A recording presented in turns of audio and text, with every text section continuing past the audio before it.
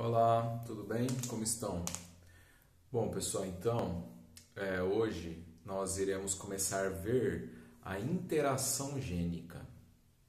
Então, nós vimos a primeira lei de Mendel, né? Só fazer uma retomada geral aí.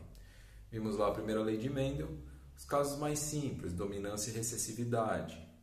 Vimos o acordo lá das ervilhas que o Mendel estudou. Vimos a questão do albinismo. Vimos a questão da fenilcetonúria, que são doenças que são causadas, condições causadas por um par de alelos, em que você tem dois fenótipos apenas, né? O heterozigoto tem um fenótipo do gene dominante. Depois vimos uns casos um pouquinho mais complexos, né? A codominância, a dominância incompleta, que são exemplos de ausência de dominância.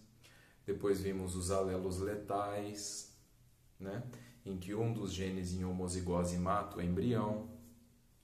Depois vimos a pelagem de coelhos, né? Que tem a polialelia. Veja bem, estamos ainda falando de um par de alelos. Entretanto, você já tem alelos mutantes, diferentes. Eles vão sempre se organizar em dois, em monohibridismo. Primeira lei de Mendel.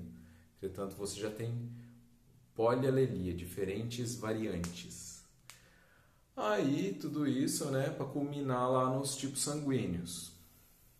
O tipo ABO, que traz tanto uma polialelia, né, Isão A, Isão B, Izinho. A codominância, ou a ausência de dominância entre Isão A e Isão B. E a dominância completa entre Isão A ou Isão B e Izinho.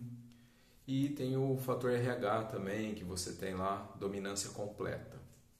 E tem o fator MN, que também é um caso de ausência de dominância. Então, isso daí foi a primeira lei de Mendel. Daí nós começamos a estudar agora a segunda lei mendeliana, que é o polihibridismo. Ou seja, você tem mais de um alelo envolvido no seu problema. Então aí na semana passada a gente fez lá alguns exercícios, né, sobre isso e fizemos os cruzamentos, vimos lá como que o Mendel chegou a essa conclusão aí, observando lá a frequência de 9 para 3 para 3 para 1, né, quando ele cruzou dois duplos heterozigotos, né? Tanto para cor quanto para formato do tegumento da semente. E agora nós vamos começar a ver um alelo influenciando o outro. Então, por exemplo, lá no caso você podia ter uma semente amarela ou verde com um tegumento liso ou rugoso. Agora, um dos alelos vai influenciar a característica do outro, né? E aí o primeiro caso que a gente vai estudar de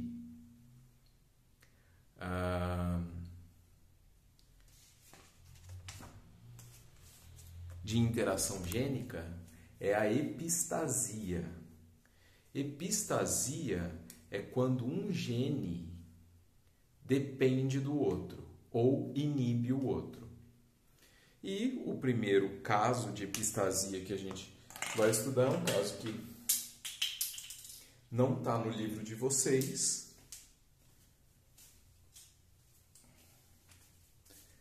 mas a gente vem falando dele, né? Que é o fenótipo bombaim.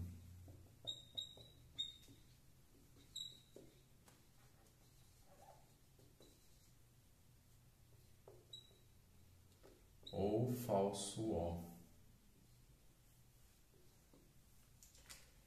Certo? Então vamos relembrar um pouquinho aí do sistema ABO. Então você tem o tipo sanguíneo e lá na superfície da hemácia você vai ter o aglo. Deixa eu ver aqui só para não o aglutinogênio.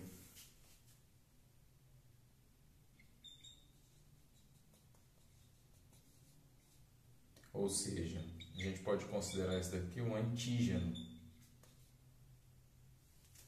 né? A gente não falou esse termo ainda, mas é uma proteína que pode causar uma reação imunológica. E lá no plasma sanguíneo, você vai ter a aglutinina, que aí seria o anticorpo.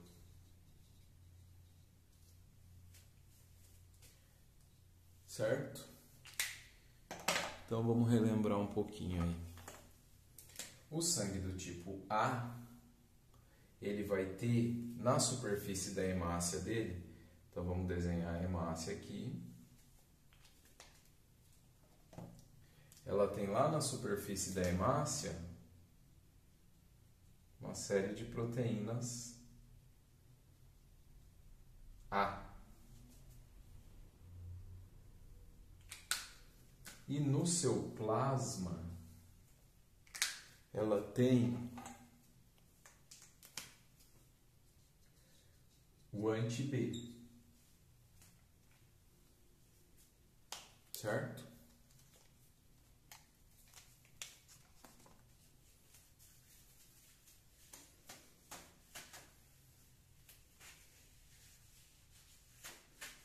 Vou apagar aqui, senão não vai caber para baixo.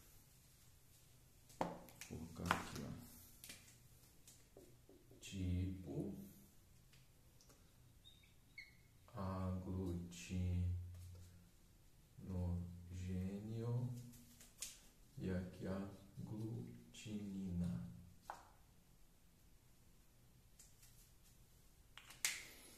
Bom, o sangue do tipo B, ele vai ter na superfície da sua hemácia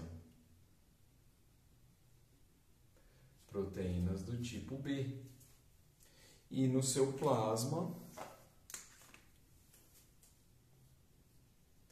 anticorpos anti-A. Até aí tudo bem. Legal. O sangue do tipo AB, ele tem na superfície da sua hemácia tanto proteínas A quanto proteínas B.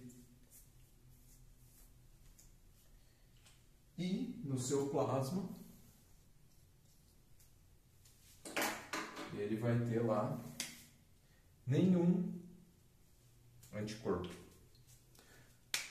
certo? Nem anti-A nem anti-B. E o sangue do tipo O? O sangue do tipo O, hein, gente?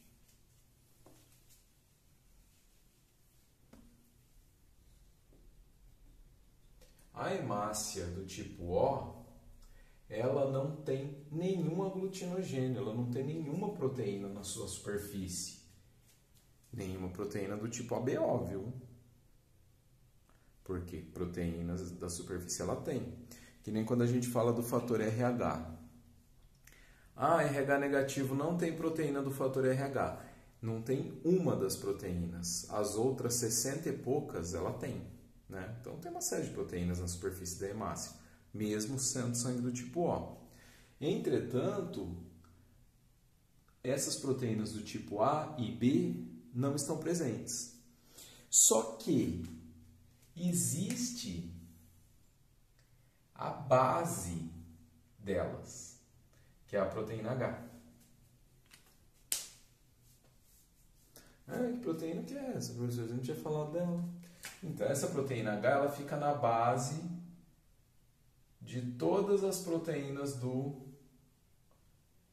tipo AB. Tanto A quanto B tem essa proteína H na base, que ela faz um suporte, como se fosse um candelabro que segura a vela, né? Então você tem o candelabro lá e as velas em cima. As velas são as proteínas do tipo A e do tipo B. Só terminar aqui nossa tabelinha, né?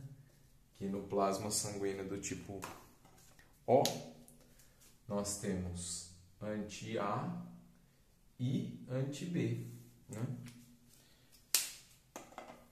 Tá bom. Agora, o que acontece, então, com o falso O? O falso O, pessoal, ele pode ter qualquer um desses tipos sanguíneos, qualquer um dos genótipos que vão determinar esses tipos sanguíneos aqui. Tanto isão B, izinho, ou isão B, isão B, ou isão A, isão B, ou izinho, izinho, ou isão A, izinho, ou isão A, isão A. Tanto faz o genótipo que ele tenha. Por quê? Porque existe um outro gene, em outro cromossomo, inclusive, que é o gene da proteína H.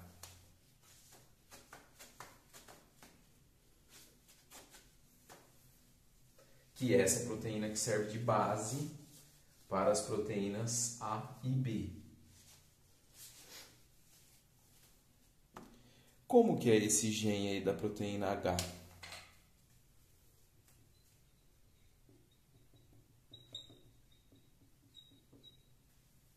Nós temos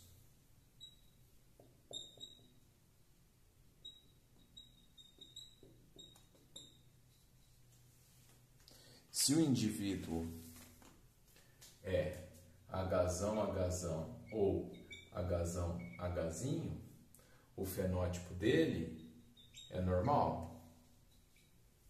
Então ele vai ter a proteína H.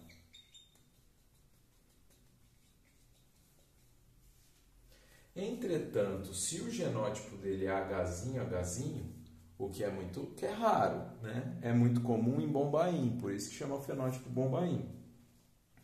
Mas, de maneira geral, ele é um genótipo raro. Esse indivíduo Hzinho, Hzinho, ele não apresenta a proteína H.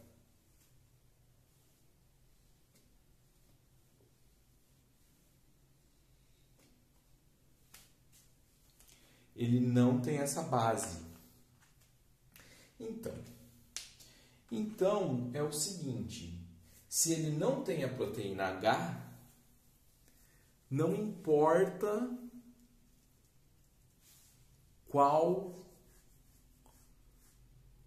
o tipo ABO dele, qual o genótipo para o tipo ABO.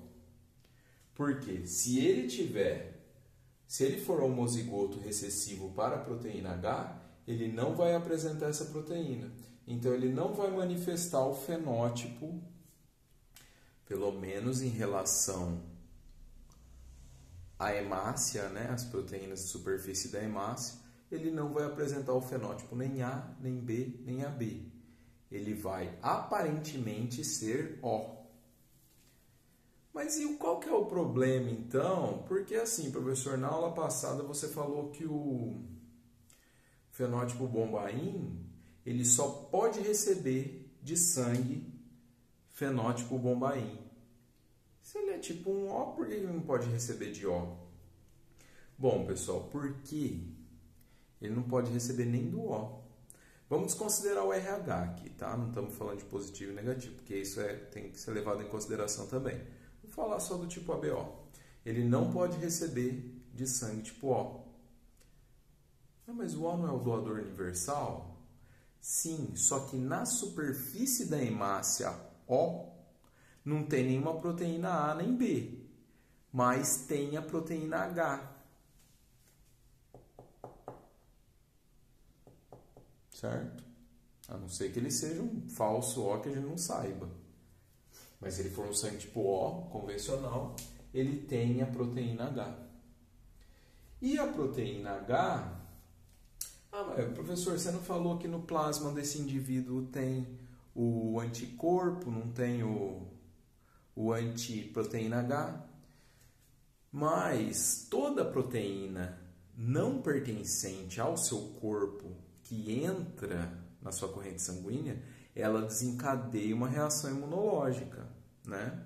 Por isso que nosso corpo não reconhece algumas bactérias e desencadeia uma reação imunológica para produzir anticorpos para destruí-las, certo?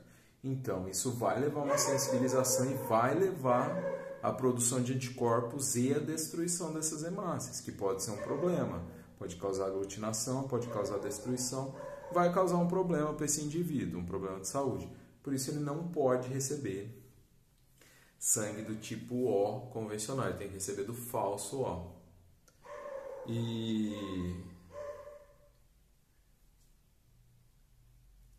essa reação imunológica, ela pode acontecer inclusive com órgãos do nosso corpo, viu, pessoal? Então você tem lá uma proteína que algumas células, algum tecido específico do seu corpo produz, e porventura existiu algum vírus, alguma toxina que tem uma estrutura molecular muito semelhante, ele pode começar a atacar seus órgãos achando que é um invasor, né? Se confunde. São as doenças autoimunes, por isso que elas são chamadas de autoimunes, porque seu próprio corpo está tendo uma reação imunológica contra ele mesmo. E quando a gente recebe algum órgão doado? Mesma coisa. Seu corpo vai perceber que aquelas proteínas não são pertencentes a ele, né?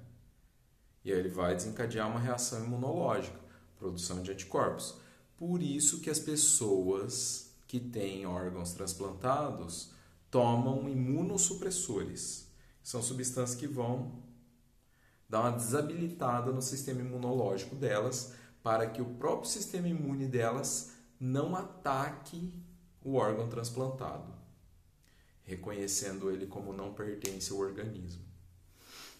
E esse papel de reconhecimento celular aí ocorre principalmente na superfície da membrana plasmática, através daquela estrutura da membrana que chama glicocálice. Ele que é responsável pelo reconhecimento entre as células, inclusive as células do sistema imune. Beleza? Então esse é um caso mais simples de epistasia. Como a gente está se aproximando do fim do bimestre e a ideia é não passar nenhum conteúdo novo, esse conteúdo não é novo, né? Mas a gente precisa fazer uma tarefinha para essa quinzena que nós não fizemos. Então, hoje a gente vai ver esse conteúdo aqui e vamos fazer a tarefinha na aula seguinte agora, né? Na segunda aula, que são aulas duplas, né? Tá bom, gente? Qualquer dúvida, então vocês podem me mandar aí no responder aí.